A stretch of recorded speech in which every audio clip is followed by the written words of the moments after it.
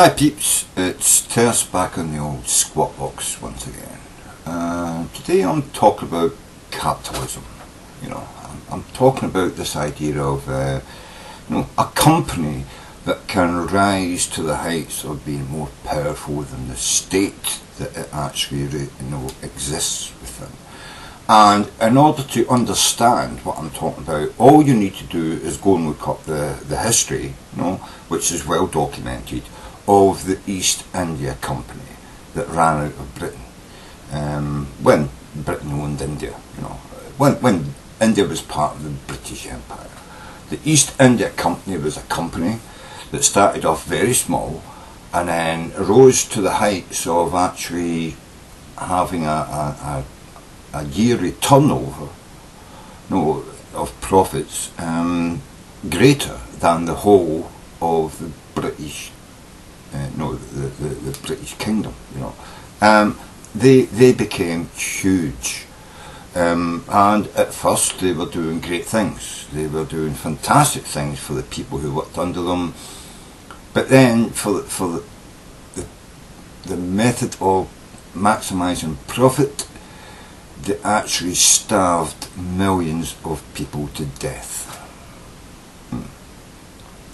That is what happens when you're a country with a company, or in today's parlance it would be a corporation, that actually has a larger GDP than the country they actually exist in. If you remove that corporation's GDP from the national GDP, you would find that the GDP of the country is less than the GDP of the corporation, and that's the stage we're getting to today around the world, because the East India Company was a company who actually started globalization. They were the people who actually changed cultural memes. They were the people who changed the way people dressed, they changed the way people ate, they changed the way people actually interacted and socialised, or actually participated in commerce. They changed that, back in those days, East India Company, just look it up, you can Google it, and look up the history of the East Indian Company. They were larger than the British, the British Empire at one time, as in the amount of wealth that they were procuring each year, the amount of profit they made each year was greater than everything that the British Empire was making. If you extracted them out of the British Empire, they were making more than all the other components of the British Empire at one time, while they were at their height of I suppose people say that their height of efficacy, their height of trade, the height of profit making, But unfortunately, it was at the expense of millions of people dying. They at one time had their own army. They didn't depend on the British army to protect them. They owned millions of acres of land in India. They sucked every bit of profit out of that at the expense of the people who, when they first went there, they had maybe what you could call a fair trade idea when they went in. Then they realised they could just change the rules because they were in power. The British army, the British government had no say in what they did, and they just bled the country and the people dry. So dry, millions of people suffered and starved to death, And it was actually the downfall of the East India Company that they did that to themselves.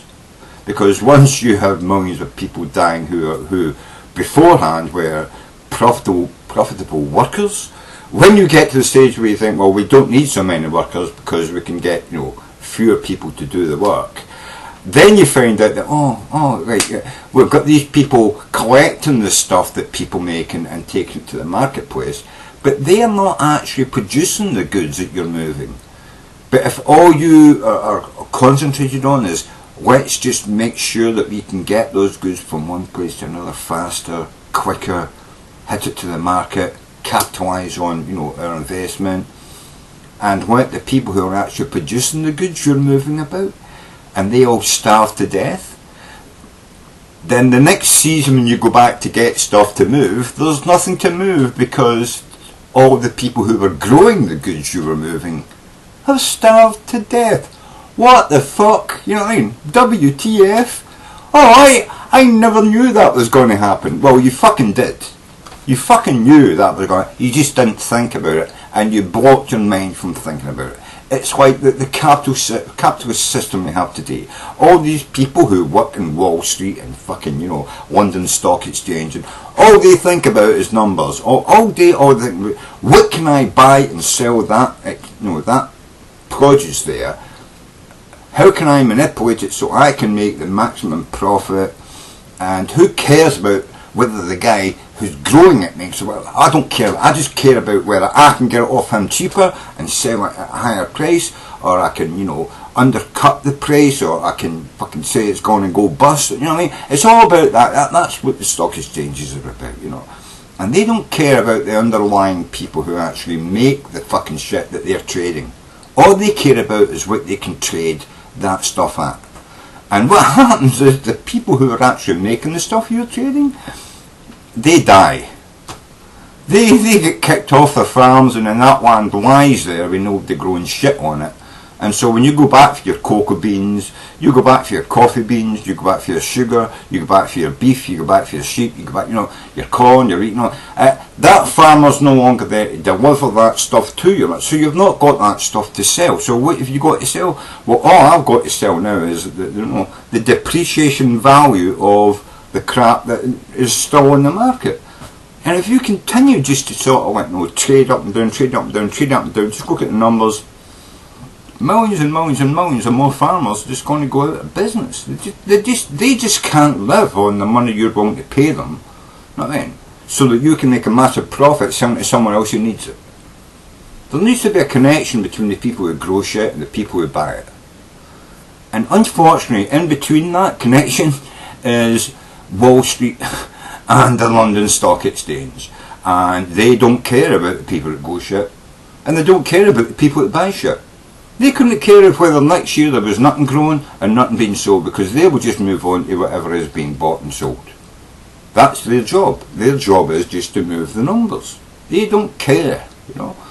And therefore that's the problem with capitalism. You have this thing that's in between the makers and the shakers.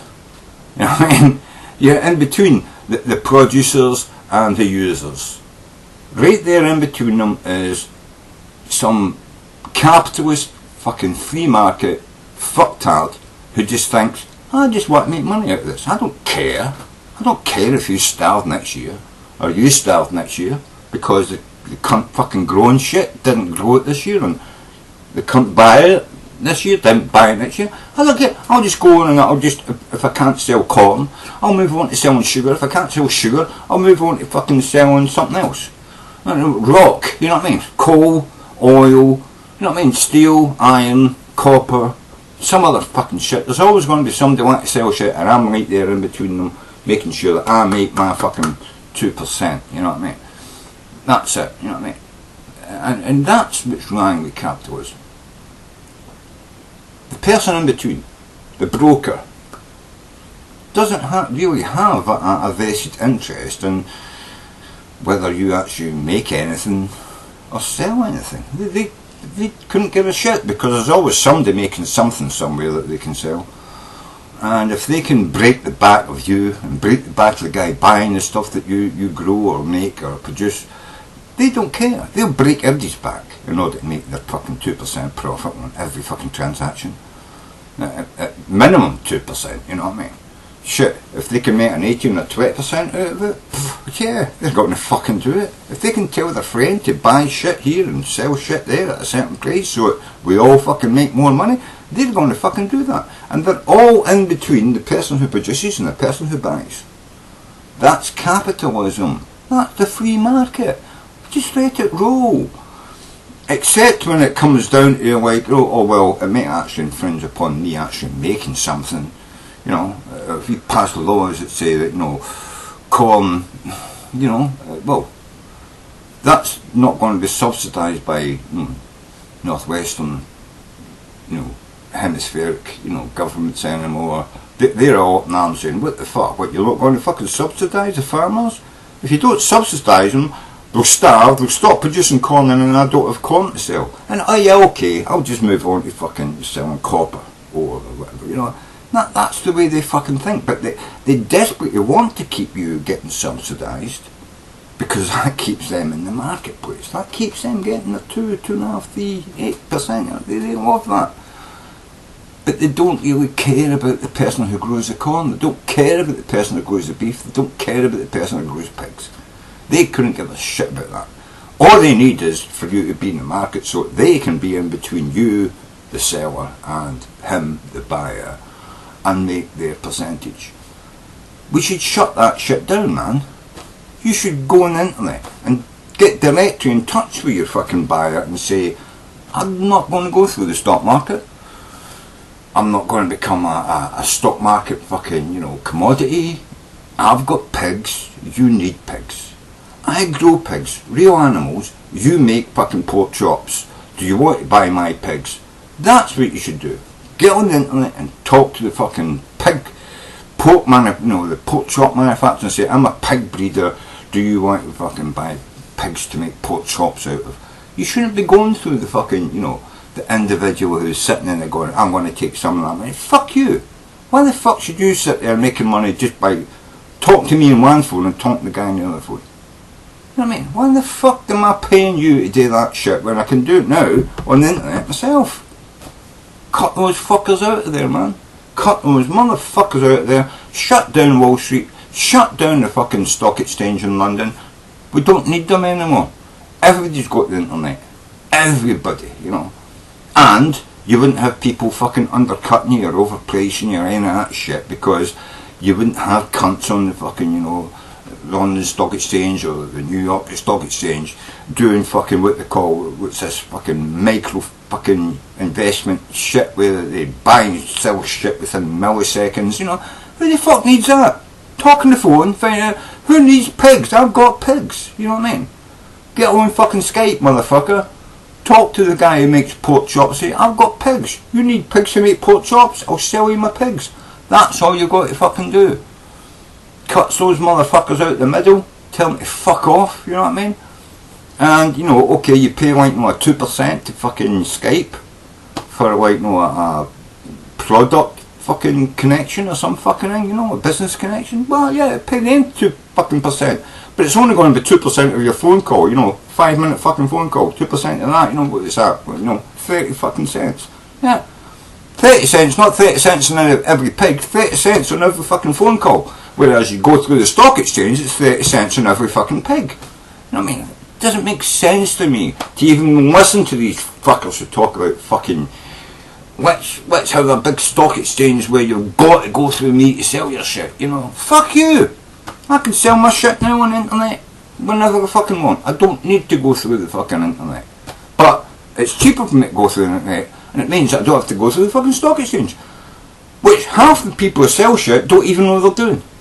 Because some cunt comes in and buys all their crap, and then the next thing they're selling all their crap on fucking the stock exchange. And the poor farmer with his pigs who he's sold to some guy down the street, he didn't know. Get on the fucking Skype, mate. Get in touch with manufacturers and say, do you want pigs? Because I've got pigs. You need to make pork chops, don't you? Yeah. I've got pigs. I'll sell you my pigs. Don't send it on the fucking, sell it on the stock exchange. Don't sell to some guy come down the street with a door-to-door salesman saying, I'll buy all your pigs. Yeah? You buy all my pigs? Well, my pigs are worth $50 each. Well, I'll give you $25 for it. You fuck him. Get on Skype and sell your pigs for $50 fucking each. Fuck it, you know what I mean? They're worth $50 fucking. It costs you that to fucking make them into pigs from fucking little runts running about into big pigs that make meat.